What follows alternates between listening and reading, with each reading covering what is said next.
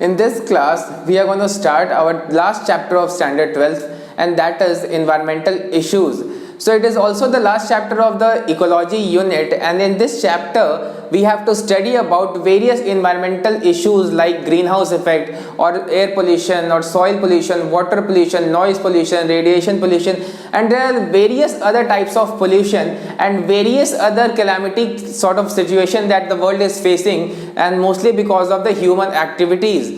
So those things or those issues will be discussed in this chapter, and we'll be focusing mainly on the various kinds of pollution as well as the greenhouse effect and how to tackle those changes which are occurring in the nature or in the environment. So first of all, we are going to start from the air pollution, that is pollution or the presence of pollutants in air. But before that, in general, we have to look at what pollution literally means or what is meant by pollution. So first of all, let's look at the definition. So it says that any undesirable change, first of all there should be an undesirable change, and that could be physical, chemical or biological in land, air, water or soil. These are the three parts of the definition, that is any undesirable change in physical, chemical or biological characteristics of land, air, soil or water. So this is the normal definition of pollution, यानी कि pollution में क्या हो रहा है, pollution में undesirable change हो रहा है, यानी कि हम नहीं चाह रहे हैं कि वो चेंज हो लेकिन वो चेंज हो रहा है। और अनडिजायरेबल का मतलब है कि वो जो चेंज हो रहा है वो हमारे लिए हार्मफुल हो सकता है। हार्मफुल हो सकता है इसका मतलब कि हमारे हेल्थ के लिए या एनिमल्स के हेल्थ के लिए या प्लांट के हेल्थ के लिए या इकोसिस्टम के लिए, फूड चेन के लिए या फिर इन जनरल बायोस्फीयर के लिए ही वो चीज़ें हार्मफुल हो सकती हैं। सो उन चीज़ों में जो चेंजेस हो रहा है, यानी कि जो भी लैंड, एयर, वाटर, सॉइल है वहाँ पर जो भी इन तरीके के चेंजेस, फिजिकल चेंज का मतलब है यहाँ पर टेम्परेचर कम या ज़्यादा हो सकता है, लाइकवाइज जो रेनफॉल है या मॉइस्चर है वो कम ज़्यादा हो सकता है, केमिकल चेंज में हो सकता है कि इन्वायरमेंट में टॉक्सिन्स का प्रेजेंस हो जाए, बायोलॉजिकल चेंज का मतलब है कि यहाँ पर पोल्यूशन की वजह से बायोलॉजिकल जो कैरेक्टर्स होते हैं हमारे इन्वायरमेंट के वो डिसरप्ट हो जाएं, या फिर इन तीनों का कॉम्बिनेशन भी हो सकता है in the case of soil, air, water और लैंड। सो फिजिकल, केमिकल और बायोलॉजिकल चेंज जो कि अनडिजायरेबल है और जो कि हार्मफुल होता है लिविंग ऑर्गेनिजम्स के लिए, उस चेंज को हम पोल्यूशन कहते हैं। और ये नॉर्मली पोल्यूशन कहाँ होता है, लैंड, एयर, सॉइल और वाटर में। So this is the normal definition of pollution.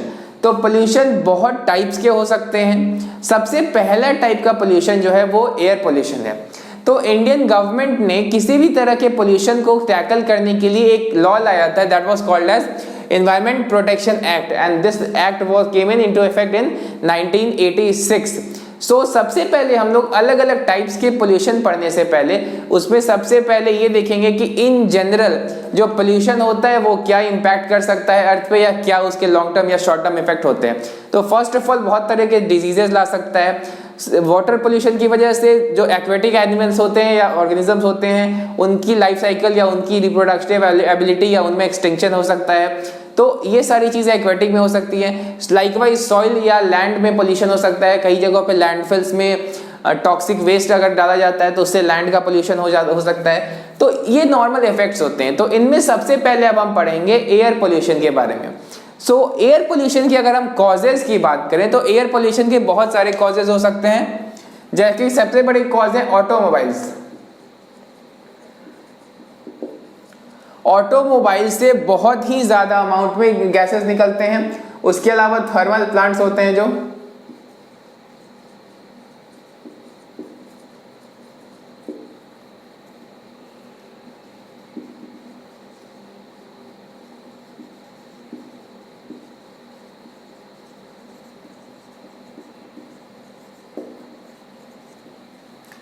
अगर हम एयर पोल्यूशन के कॉजेज की बात करें तो खासकर अर्बन एरियाज में, सिटीज में, टाउन्स में जो मेन कॉज है वो है ऑटोमोबाइल्स। ऑटोमोबाइल्स क्यों है सबसे मेन कॉज, क्योंकि ऑटोमोबाइल से जो गैसेस निकलते हैं जैसे कि नाइट्रोजन के ऑक्साइड्स या सल्फर के ऑक्साइड्स और कार्बन मोनोऑक्साइड और कार्बन डाइऑक्साइड निकलते हैं। तो ये सारे गैसेस काफ़ी हार्मफुल होते हैं। कार्बन डाइऑक्साइड स्मॉल अमाउंट में हार्मफुल नहीं होता है, लेकिन ज़्यादा अमाउंट में carbon dioxide can cause green house effect. So apart from the greenhouse effect of the carbon dioxide, it is normally a harmless gas. So the remaining gases, that is oxides of nitrogen, oxides of sulfuric sulfur and also the carbon monoxide, these things are very very toxic and very very harmful for the environment. तो automobiles के through ये सारे gases निकलते हैं खासकर urban areas में, because urban areas में ज्यादा ऑटोमोबाइल्स होते हैं. Then we come to the thermal power plants. तो थर्मल पावर प्लांट्स में क्या होता है कि इलेक्ट्रिसिटी प्रोड्यूस करने के लिए कोयला जलाया जाता है, that is coal is burn to produce electricity. तो in that case burning of coal produces lots and lots of toxic gases like carbon dioxide, then sulfur oxides and also the nitrogen oxides or phosphorus oxides. So these gases are extremely harmful, just like in the case of automobiles, these gases could cause health issues. Likewise, these gases can also cause health issues. Then we come to the mines. Mines में क्या होता है, जब वहाँ पे हम drilling करते हैं अर्थ में या फिर कहीं जो भी प्रोसेसिंग होते हैं माइंस में, जो भी चीज़ों को ऑब्टेन करते हैं, वहाँ पे बहुत बड़े स्केल पर पोल्यूटेंट्स और खासकर जो डस्ट पार्टिकल्स होते हैं वो माइंस से बहुत ज़्यादा निकलते हैं. तो गैसेस के साथ साथ एयर पोल्यूटेंट में बहुत सारे पार्टिकल्स भी आते हैं जिन्हें हम डस्ट कह सकते हैं या एसपीएम कह सकते हैं, जिसे हम कहते हैं सस्पेंडेड पार्टिकुलेट मैटर. तो बेसिकली माइंस के थ्रू बहुत सारे गैसेस भी निकलते हैं, अदरवाइज डस्ट भी बहुत ज़्यादा हवा में जाता है. Now we come to the crushing and grinding part. तो बहुत सारे इंडस्ट्रीज ऐसे होते हैं जहाँ पे बड़े बड़े रॉक्स और स्टोन्स का कटिंग होता है या फिर चिपिंग होता है या उनकी क्रशिंग की जाती है, ग्राइंडिंग की जाती है. तो जैसे कि सीमेंट इंडस्ट्री हो गया या फिर कोई और इसी तरह का रिलेटेड इंडस्ट्री हो गया, तो वहाँ से बहुत ही ज़्यादा हाई क्वांटिटी में डस्ट पार्टिकल्स एटमॉस्फेयर में जाते हैं. उसके अलावा और भी बाई प्रोडक्ट्स हो सकते हैं. तो अगर हम एयर पोल्यूशन के मेन कॉजेस की बात करें तो ये चारों मेन कॉजेस होते हैं एयर पोल्यूशन के. इसके अलावा एक और पोल्यूशन हम कह सकते हैं कि डिफॉरेस्टेशन की वजह से भी हो रहा है, क्योंकि डिफॉरेस्टेशन में बेसिकली जो हवा में हार्मफुल गैसेस हैं उनमें से कुछ गैसेस को फॉरेस्ट यानी कि जो प्लांट्स या लीव्स होते हैं उनके वो एब्जॉर्ब करते हैं. तो डिफॉरेस्टेशन से हवा में ऑक्सीजन की भी कमी है, क्योंकि हवा में ऑक्सीजन का परसेंटेज बढ़ता है फोटोसिंथेसिस के थ्रू, और डिफॉरेस्टेशन होगा तो अमाउंट ऑफ प्लांट्स कम होंगे तो फोटोसिंथेसिस कम होगा ही. तो दैट इज ऑक्सीजन का परसेंटेज का भी घटना एक तरह से एयर पोल्यूशन ही कहा जाएगा, क्योंकि एयर पोल्यूशन में क्या होता है, एयर का क्वालिटी खराब होता है और जिस एयर में ऑक्सीजन का कमी है उस एयर का क्वालिटी तो ऑब्वियसली खराब होगा. तो ऑब्वियसली डिफॉरेस्टेशन भी एक तरह का एयर पोल्यूशन का कॉज कह सकते हैं. सो इन सब के अलावा भी और कुछ कुछ कॉज होते हैं, जैसे कि वोल्केनिक इरप्शन. वोल्केनिक इरप्शन को तो ह्यूमंस कंट्रोल नहीं कर सकते, वो तो एक नेचुरल अकरेंस है, तो उसमें हम नहीं कुछ कर सकते. लेकिन वोल्केनिक इरप्शन से भी बहुत सारे टॉक्सिक गैसेस, खासकर जो अनबर्न्ड पार्टिकल्स होते हैं, जो डस्ट पार्टिकल्स होते हैं, वो सारे पार्टिकल एटमॉस्फेयर में चले जाते हैं. तो वोल्केनिक इरप्शन से भी बहुत बड़े मात्रा में जहाँ भी होता है वोल्केनिक इरप्शन, जब भी होता है वहाँ पर का एयर बहुत ज़्यादा पोल्यूटेड हो जाता है. तो ये सारे जो है normal causes of air pollution है. लेकिन कॉजेज को जानने के बाद हमें उनका ट्रीटमेंट भी तो करना है ना. तो ट्रीटमेंट के कुछ मेथड्स हैं हमारे पास, जैसे कि स्क्रबर. तो जो सल्फर के ऑक्साइड्स होते हैं गैसेज में, जैसे कि सल्फर डाइऑक्साइड और ट्राईऑक्साइड, तो सल्फर के ऑक्साइड्स को निकालने के लिए हमें, अगर हम चाहते हैं कि जो वेस्ट निकल रहा है, जो एयर का वेस्ट है, उसमें से हम सल्फर को निकालना चाह रहे हैं स्मोक में के अंदर से, तो हम स्क्रबर का यूज़ कर सकते हैं. तो स्क्रबर की मदद से स्प्रे किया जाता है वाटर और ये लाइम, तो उससे क्या होता है, सल्फर डाइऑक्साइड या ट्राईऑक्साइड को हम रिमूव कर सकते हैं. अब है इलेक्ट्रोस्टैटिक प्रेसिपिटेटर. तो यहाँ पर क्या होता है कि बहुत ही हाई वोल्टेज पे इलेक्ट्रॉन्स को रिलीज किया जाता है और इलेक्ट्रॉन जो होते हैं डस्ट पार्टिकल से स्टिक कर जाते हैं.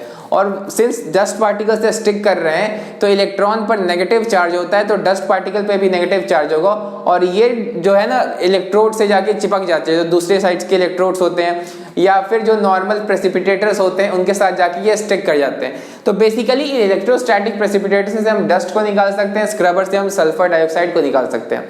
अब लेड फ्री फ्यूल, यानी कि पुराने ज़माने में लेड का यूज़ किया जाता था, एडिशन लेड के कंपाउंड्स का यूज़ किया जाता था पेट्रोल और डीजल में.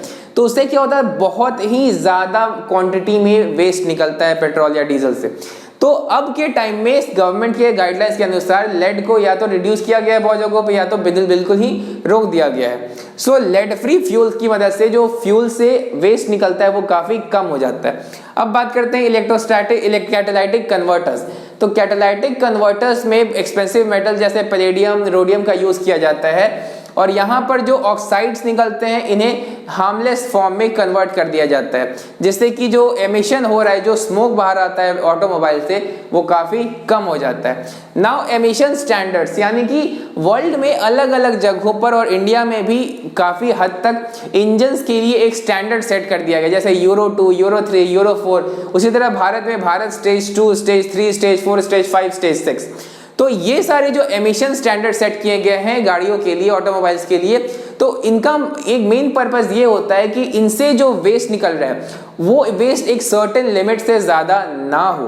तो उसी के लिए बहुत सारे मेगा सिटीज़ जैसे कि दिल्ली, मुंबई हो गए, या फिर जो उसके लोअर टियर के सिटीज़ हो गए जैसे कानपुर, लखनऊ, अहमदाबाद, बेंगलोर, ऐसे सिटीज़ हो गए, या फिर जो कुछ इससे भी नीचे के सिटीज़ हैं, तो इन जगहों पे अलग अलग स्टैंडर्ड सेट किए हुए हैं गाड़ी में। तो उन गाड़ियों से जो एमिशन हो रहा है एक सर्टेन लिमिट से ज़्यादा नहीं होना चाहिए। तो वर्ल्ड में अलग अलग जगहों पर एमिशन स्टैंडर्ड सेट कर दिए गए हैं, जिससे कि वैसी व्हीकल्स का यूज़ ना कर सके लोग जो कि ज़्यादा पोल्यूशन करते हैं। So this was about the reduction.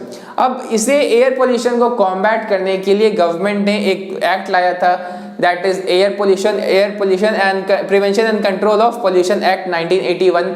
तो जब ये एक्ट 1981 में आया था तो उस समय नॉइज को नहीं रखा गया था, उस समय हमें उसने नॉइज नहीं रखा था, लेकिन इसी एक्ट को मॉडिफाई किया गया 1987 में और उस समय नॉइज को इंक्लूड कर दिया गया एयर पोल्यूशन के अंदर। यानी कि इसमें क्या हो रहा है कि नॉइज को भी 1987 में माना गया कि ये भी एक तरह का पोल्यूटेंट है। तो उससे क्या होगा बेसिकली कि नॉइज के बहुत सारे साइड इफेक्ट होते हैं, जैसे कि हमारा ब्रीदिंग रेट वो बढ़ा सकता है, हार्ट बीट बढ़ा सकता है, स्लीपलेसनेस ला सकता है, या फिर एक हाई इंटेंसिटी का साउंड यानी कि हाई डेसिबल का साउंड हमारे ईयर ड्रम को डैमेज कर सकता है, जिससे कि हियरिंग हमारी खराब हो सकती है, या हाइपर टेंशन भी हमें कर सकता है। तो ये सारे नॉइज के साइड इफेक्ट है, इन्हें देखते हुए नॉइज को भी एक पोल्यूटेंट माना गया। और नॉइज का जो लेवल होता है इन जनरल अर्बन एरियाज में काफ़ी ज़्यादा होता है as compare to the rural areas, यानी कि विलेजेस या जो छोटे टाउन्स होते हैं वहाँ पर नॉइज का लेवल काफ़ी कम होता है as compare to big cities like Delhi and Bombay. So in that case noise की वजह से भी बहुत सारे साइड इफेक्ट्स होते हैं। तो उसके अलावा एयर पोल्यूशन में हमें एक और चीज़ बहुत इंपॉर्टेंटली जानना है, and that is the acid rain.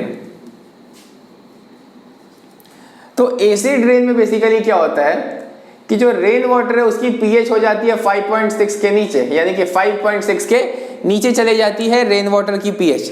तो इसके रीजंस होते हैं क्योंकि उसमें सल्फर ऑक्साइड्स होते हैं, सल्फर के ऑक्साइड्स होते हैं, नाइट्रोजन के ऑक्साइड्स हो सकते हैं। तो ये सब जब वाटर के साथ कंबाइन करते हैं तो बनाते हैं अपने अपने एसिड्स। जैसे सल्फर ट्राइऑक्साइड बनाएगा सल्फ्यूरिक एसिड, सल्फर डाइऑक्साइड बनाएगा सल्फ्यूरस एसिड, फिर नाइट्रोजन के ऑक्साइड्स बनाएंगे नाइट्रस या नाइट्रिक एसिड।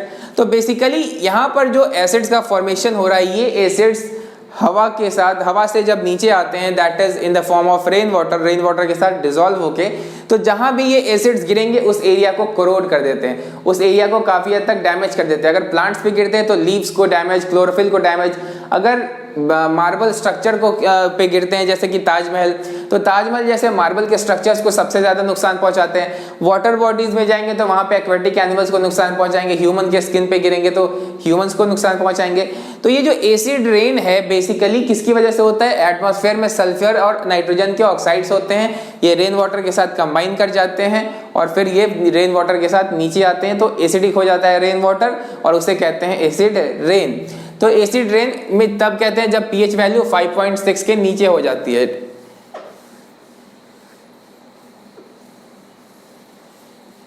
अब हम बात करेंगे वाटर पोल्यूशन की। तो वाटर पोल्यूशन के बहुत सारे कॉजेज हैं। सबसे मेजर कॉजेज हैं जो शहरों से नाले होते हैं, जो सीवेज होते हैं वो रिवर में डिस्चार्ज कर दिया जाता है। और उसके अलावा जो रिवर के साइड्स पे जनरली इंडस्ट्रीज लोकेटेड होते हैं, उन इंडस्ट्रीज से भी वेस्ट को सीधा रिवर में डाल दिया जाता है। तो रिवर को रिवर की तरह ना बल्कि एक बिग कैनाल की तरह लोग यूज़ करने लगे हैं। उस वजह से भी बहुत ज़्यादा रिवर्स का जो वाटर है वो डिग्रेड हो गया। तो वाटर पोल्यूशन को कंट्रोल करने के लिए गवर्नमेंट ने लाया था act, water prevention and control of pollution act 1974 में। तो वाटर पोल्यूशन में इसकी वजह से, इन दोनों की वजह से बेसिकली क्या होता है कि वाटर में बीओडी बढ़ जाता है। अब बीओडी होता है बायोलॉजिकल ऑक्सीजन डिमांड। तो बायोलॉजिकल ऑक्सीजन डिमांड ये जो एक वैल्यू होती है, ये सिग्निफाई करती है कि पानी के अंदर कितना ऑर्गेनिक कंपाउंड है और उन ऑर्गेनिक कंपाउंड को उसमें से रिमूव करने के लिए कितना ऑक्सीजन का ज़रूरत होगा। यानी कि जिस पानी में जितना ज़्यादा बीओडी है वो पानी उतना ही ज़्यादा पोल्यूटेड है, क्योंकि उसके अंदर उतना ही ज़्यादा ऑर्गेनिक न्यूट्रिएंट है, क्योंकि उसको डाइजेस्ट करने के लिए उतना ही ज़्यादा ऑक्सीजन की कंजम्पशन होगी। तो बीओडी ज़्यादा होने की वजह से माइक्रोब्स पानी में ज़्यादा ग्रो करते हैं और वो पानी से ऑक्सीजन को रिमूव करते हैं, कंज्यूम कर देते हैं। तो उससे क्या होता है कि बाकी ऑर्गेनिजम्स को ऑक्सीजन नहीं मिलता है, जिससे कि बाकी ऑर्गेनिजम्स मर सकते हैं। तो बेसिकली बायोलॉजिकल ऑक्सीजन डिमांड बढ़ता है इन दोनों वेस्ट से। और इसके अलावा ये जो एल्गा होता है, वाटर पोल्यूटेड होने की वजह से, वाटर में ज़्यादा न्यूट्रिएंट होने की वजह से, ये जो एल्गा होते हैं जिन्हें हम फाइटोप्लैंक्टन्स भी कहते हैं या फिर एल्गा माइक्रो फाइटोप्लैंक्टन होते हैं, तो ये काफ़ी हद तक वाटर पे फैल जाते हैं और पानी को ग्रीनिश अपीयरेंस देते हैं। और उसकी वजह से भी जो ऑक्सीजन है ये सब कंज्यूम करने की वजह से बाकी के ऑर्गेनिजम्स को किल कर देते हैं। तो बेसिकली बायोलॉजिकल ऑक्सीजन डिमांड एक सिग्निफिकेंट मेजर होता है इस बात का कि पानी में कितना ऑर्गेनिक मटेरियल है या पानी कितना पोल्यूटेड है। सेफली बीओडी का जो लेवल होना चाहिए वो होना चाहिए 5 के नीचे, तो उस पानी को हम सेफ मान सकते हैं। उसके अलावा बात करते हैं बायो मैग्निफिकेशन पे। तो बायो मैग्निफिकेशन में क्या होता है कि सक्सेसिव ट्रॉफिक लेवल पर अमाउंट ऑफ जो टॉक्सिक कॉन्सेंट्रेशन ऑफ मेटल्स होता है या फिर टॉक्सिक मटेरियल्स होता है उनका बढ़ते जाता है। यानी कि जैसे जैसे ट्रॉफिक लेवल बढ़ेगा उस सक्सेसिव ट्रॉफिक लेवल पर जो कॉन्सेंट्रेशन होगा टॉक्सिक मिनरल्स का या टॉक्सिक मटेरियल्स का वो बढ़ते ही जाएगा। जैसे कि अगर हम एक नॉर्मल सी बात करें एक्वेटिक केस में, तो एक्वेटिक में हम अगर स्मॉलेस्ट फिशेस की बात करें उसको कुछ लार्ज फिशेस खाएंगी, लार्ज फिशेस को लार्जर फिशेस खाएंगी, लार्जर फिशेस को लार्जेस्ट फिशेस खाएंगी। तो यहाँ पर जैसे जैसे ट्रॉफिक लेवल बढ़ते जाएगा टॉक्सिक मटेरियल्स का कॉन्सेंट्रेशन भी बढ़ते जाएगा। That phenomenon is called as biomagnification. So basically it's a toxifying mechanism और ये काफ़ी ज़्यादा हार्मफुल होता है। Then we come to eutrophication. तो eutrophication is a natural process. So naturally भी यूट्रोफिकेशन होता है, लेकिन जो नेचुरल यूट्रोफिकेशन होता है that is very very slow. तो यूट्रोफिकेशन में बेसिकली क्या होता है कि जब भी किसी न्यू लेक या पॉन्ड का फॉर्मेशन होता है तो वो लेक का टेम्परेचर काफ़ी कम होता है और उसमें बहुत कम ऑर्गेनिजम्स रहते हैं। तो धीरे धीरे उस लेक में अलग अलग जगहों से वाटर रन ऑफ के थ्रू आते हैं। तो उस वाटर में बहुत सारे ऑर्गेनिजम्स और न्यूट्रिएंट्स भी होते हैं। तो लेक में न्यूट्रिएंट्स और ऑर्गेनिजम्स का नंबर बढ़ता है और धीरे धीरे यही नंबर बढ़ते जाता है और इसमें डिपोजिशन होते जाता है और न्यू ऑर्गेनिजम्स लेक में आएंगे और उनका जो डेड बॉडी है वो डिपॉजिट होते जाएगा। यानी कि टाइम के साथ साथ लेक के नीचे जो डिपोजिशन होगा तो लेक शैलो होते जाएगा। पहले डीप था और अब शैलो होने के साथ साथ लेक वार्म होता है। तो इसकी वजह से बहुत सारे न्यू ऑर्गेनिजम्स उसमें आने लगते हैं और धीरे धीरे उनमें मार्शी प्लांट होंगे, फिर धीरे धीरे वो लेक एक सर्टेन टाइम के बाद लैंड में कन्वर्ट हो जाता है। तो ये तो एक नेचुरल प्रोसेस है, लेकिन जो हमारी एक्टिविटीज़ है उसकी वजह से लेक्स में बहुत ही ज़्यादा एक्सेलरेटेड यूट्रोफिकेशन होता है, जिससे कि वहाँ पे लिविंग ऑर्गेनिजम्स काफ़ी हद तक डैमेज हो जाते हैं। सो ह्यूमन एक्टिविटीज़ की वजह से यूट्रोफिकेशन का बहुत ही फास्टर स्पीड से अकरेंस होता है। नाउ वी कम टू ये एक एग्जाम्पल है एक्चुअली में फोम के बारे में, that is friends of Arcata Marsh. तो Arcata is a town in California in USA. तो वहाँ पर लोगों ने सीवेज ट्रीटमेंट के लिए एक यूनिक रास्ता अपनाया है। तो उन्होंने एक मार्श को डेवलप किया जिसमें कि सबसे पहले लेवल पर जो सेडिमेंट होने दिया जाता है, जो वेस्ट होता है वाटर में सीवेज में, उसे सेडिमेंट होने दिया जाता है। उसके बाद और सक्सेसिव लेवल पे अलग अलग प्लांट्स और ट्रीज और एल्गा और अलग अलग ऑर्गेनिजम्स को उन्होंने ग्रो किया वहाँ पर। और उससे क्या होता है कि जैसे जैसे सीवेज का जो पानी है वो फ्लो करेगा, वहाँ पे जो माइक्रोब्स हैं, जो एल्गा है, जो प्लांट्स हैं और जो सॉइल है वो उस पानी को फिल्टर करते रहता है। सो उसको मैनेज करने वाले लोगों के ग्रुप को हम कहते हैं फ्रेंड्स ऑफ एकटा Marsh. So these people have given a prime example to how to manage sewage waste। तो इसी एग्जाम्पल को यूज करके बहुत सारे अलग अलग जगहों पे भी इस तरह के जो फीचर्स हैं वो डेवलप किए गए हैं।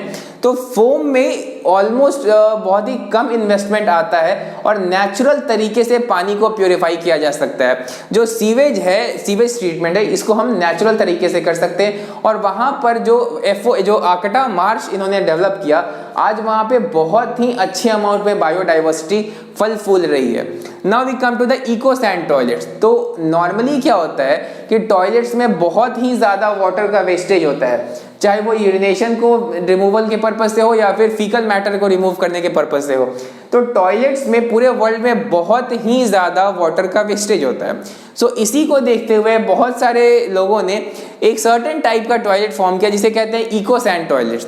ये साउथ इंडिया में काफ़ी कॉमन है और श्रीलंका में भी। तो इसमें क्या होता है कि वाटर का यूज़ नहीं होता है, जिसकी वजह ना के बराबर होता है, नेग्लिजिबल अमाउंट में होता है, जिससे कि बहुत ही ज़्यादा वाटर का सेविंग हो जाता है। Now we come to solid waste. तो सॉलिड वेस्ट में बहुत टाइप के होते हैं। अगर हम अर्बन एरिया में बात करें और रूरल एरिया में बात करें तो जनरली दोनों में वेरी करेंगे सॉलिड वेस्ट। रूरल एरिया में जो फूड रिमेन्स होंगे या क्रॉप रिमेन्स होंगे, ये होंगे सॉलिड वेस्ट नॉर्मली। लेकिन अगर हम अर्बन एरिया में बात करें तो अर्बन एरिया में पेपर, वुड, प्लास्टिक, ग्लास, रबड़, ये सारी चीज़ें बहुत बड़े अमाउंट में होती है वेस्ट के अंदर। ऑब्वियसली फूड रिमेन्स तो यहाँ भी होंगी। सो ये सारी वेस्ट को हम बोलते हैं सॉलिड वेस्ट। अब इन सॉलिड वेस्ट में दो कैटेगरी में हम डिवाइड कर सकते हैं इन्हें। एक को हम कह सकते हैं बायोडिग्रेडेबल, जिसमें कि नॉर्मल ऑर्गेनिक मटेरियल्स होंगे, यानी कि फूड रिमेन्स, क्रॉप रिमेन्स या फिर वेजिटेबल पील्स या जो भी चीज़ें ऑर्गेनिक हैं, पेपर ये या वुड, ये सारी चीज़ें बायोडिग्रेडेबल होती हैं। और जो ग्लास हो गया या प्लास्टिक हो गया, तो ये सारी चीज़ें नॉन बायोडिग्रेडेबल होती हैं। तो सॉलिड वेस्ट को हम ऐसे दो कैटेगरी में डिवाइड कर सकते हैं। अब ये जो बायोडिग्रेडेबल वेस्ट है, उनका एक बहुत ही अच्छा यूज़ किया जा सकता है मैन्योर बनाने में। यानी कि जो बायोडिग्रेडेबल वेस्ट होंगे, जैसे कि पेपर हो गए या फूड रिमेन्स हो गए या क्रॉप रिमेन्स हो गए, तो यहाँ पर इनका यूज़ से हम मैन्योर बना सकते हैं। लेकिन जो नॉन बायोडिग्रेडेबल वेस्ट होते हैं, ये काफ़ी ज़्यादा टाइम तक इन्वायरमेंट में रहते हैं और इन्वायरमेंट को डैमेज करते हैं। और सबसे कॉमन डैमेजिंग एजेंट यहाँ पर होता है प्लास्टिक। और अर्बन एरिया में बहुत ही ज़्यादा अमाउंट में प्लास्टिक वेस्ट निकलता है और अल्टीमेटली हम लोग अपने इन्वायरमेंट को बहुत ज़्यादा डैमेज करते हैं, खासकर अर्बन एरिया में ज़्यादा से ज़्यादा प्लास्टिक यूज़ करके। सो इस प्रैक्टिस को जितना ज़्यादा हो सके we must prevent it and we must use jute bags और जीन्स बैग और कॉटन बैग्स और जो भी ऑर्गेनिक मटेरियल या ऑर्गेनिक फाइबर से हम बैग्स बना सकते हैं। खासकर जो कैरी बैग के लिए जो प्लास्टिक्स का यहाँ पे यूज़ किया जाता है अर्बन एरियाज में, उसकी जगह पे हम ऑर्गेनिक मटेरियल्स का यूज़ कर सकते हैं, जैसे specially jute bags are very attractive also and very strong also. तो instead of plastic bags we must promote use of jute bags. तो इसकी is one of the biggest headache of the environment in today's times. So anyway, now we come to the electronic waste. अब electronic waste जो होते हैं ये developed countries में ज़्यादा होते हैं, डेवलपिंग कंट्रीज में कम। अब यहाँ पे इसका रीज़न ये है कि डेवलप्ड कंट्रीज में लोगों के पास काफ़ी ज़्यादा फाइनेंशियल कैपिटल होता है, जिसकी वजह से लोग काफ़ी जल्दी अपने इलेक्ट्रॉनिक जैसे कि AC, fridge, washing machine, computers, ऐसी चीज़ों को बार बार रिप्लेस करते हैं because rich people are richer and therefore they can afford these things. तो ये जो डेवलप्ड कंट्रीज होते हैं, यहाँ से जो वेस्ट होता है यानी कि पुराना यूज्ड एसी और जो भी इलेक्ट्रॉनिक कंपोनेंट्स होते हैं उनको शिप कर दिया जाता है डेवलपिंग कंट्रीज में, जैसे कि चाइना, इंडिया, पाकिस्तान। तो वर्ल्ड का ऑलमोस्ट हाफ या उससे ज़्यादा जो इलेक्ट्रॉनिक वेस्ट है वो इन्हीं कंट्रीज में आ जाता है। लेकिन डेवलप्ड कंट्रीज में इलेक्ट्रॉनिक जो वेस्ट होते हैं इनका रिसाइकलिंग के लिए बहुत अच्छा सेटलमेंट होता है, बहुत अच्छे तरीके से उनका लॉज भी होता है और फैसिलिटीज़ भी होता है जिससे कि हम रिसाइकलिंग कर सकते हैं इनका। लेकिन जो डेवलपिंग कंट्रीज़ है वहाँ पर बहुत ही अच्छे फैसिलिटीज़ नहीं होते हैं जहाँ पे हम इनका इलेक्ट्रॉनिक वेस्ट का प्रोसेसिंग कर सकें। तो इसकी वजह से जो लोग इनका प्रोसेसिंग करते हैं वो बेयर हैंड्स से करते हैं और नॉर्मल इन्वायरमेंट में करते हैं, तो उससे इन्वायरमेंट में भी डैमेज होता है और लोगों की हेल्थ पे भी बहुत ज़्यादा असर पड़ता है। तो इलेक्ट्रॉनिक वेस्ट को नॉर्मली हम लैंडफिल्स में फेंक सकते हैं, लेकिन इलेक्ट्रॉनिक वेस्ट का सबसे अच्छा सॉल्यूशन है इसे रिसाइकल करना, क्योंकि मेटल्स होंगे उन्हें आप इजीली रिसाइकल कर सकते हैं वापस से मेल्ट करके या कोई और चीज से क्लीन करके।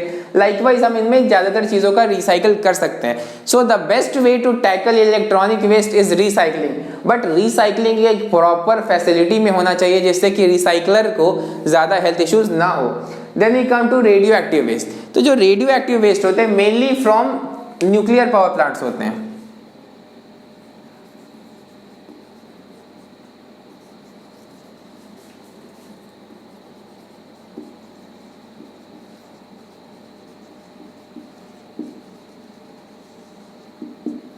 तो न्यूक्लियर पावर प्लांट में रेडियो एक्टिव मटेरियल्स का यूज किया जाता है, जैसे प्लूटोनियम या यूरेनियम। तो these materials are radioactive, they emit many radiations like alpha, beta, gamma and other such radiations. So वैसे radiations या radioactive materials का जब यूज हो जाता है न्यूक्लियर रिएक्टर्स में, जब उनमें फ्रेश मटेरियल डालना हो, तो पुराने यूरेनियम को ये लोग डिस्कार्ड कर देते हैं। और ये जो यूरेनियम हो गया या जो भी मटेरियल बना है रेडियो एक्टिविटी के बाद, वो मटेरियल टोटली रेडियो एक्टिव नहीं रहो ऐसा नहीं होता है, वो मटेरियल होता है रेडियो एक्टिव। तो जहां भी रहेगा वो रेडिएशन रिलीज करेगा, उससे कि आसपास के प्लांट्स, एनिमल्स या जो भी लिविंग ऑर्गेनिजम्स है उनमें म्यूटेशन हो सकता है, कैंसर हो सकता है, उसके अलावा बहुत सारे साइड इफेक्ट हो सकते हैं। तो रेडियो एक्टिव वेस्ट को बहुत सारी जगहों पे अच्छे से प्रोसेसिंग किया जाता है, यानी कि रेडियो एक्टिव वेस्ट को डिस्कार्ड करने से पहले उसे हम लेड के 30 सेंटीमीटर बॉक्स के अंदर डालते हैं जिससे कि रेडिएशन बाहर ना आ पाए। लेकिन अगर हम वो स्टेप नहीं करेंगे तो जहां भी रेडियो एक्टिव वेस्ट जाएंगे वहां पे वो डैमेज करेंगे और बहुत ज्यादा डैमेज करते हैं, because these are really harmful for living organisms. और सबसे ज्यादा जो इनका इफेक्ट होता है वो होता है जीन्स के म्यूटेशन या डीएनए के म्यूटेशन में।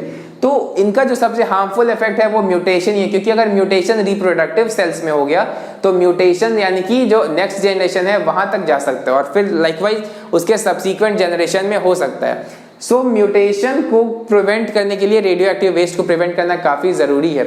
ऑब्वियसली म्यूटेशन अदर रीजन से भी हो सकते हैं, लेकिन ये जो रेडियो एक्टिव वेस्ट है ये म्यूटेशन काफी इजीली कॉज कर सकते हैं। So these are the normal types of pollution and these are the normal ways of combating these pollution. So obviously हम हर तरह के pollution को totally नहीं रोक सकते हैं, that is the truth.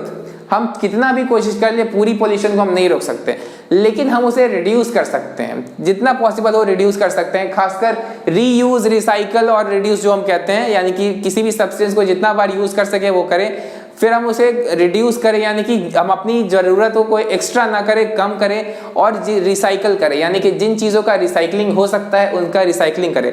उससे क्या होगा कि न्यू सब्सटेंसेस का प्रोडक्शन काफ़ी कम होगा। तो न्यू सब्सटेंसेस के प्रोडक्शन में जो इफेक्ट्स होते हैं या जो प्रोसेसेस होते हैं जिनसे कि डैमेज होता है एनवायरनमेंट को, वो काफ़ी कम हो। So these were the normal things about pollution. Now we will study about the other parts of this chapter, that is the greenhouse effect and also certain other things.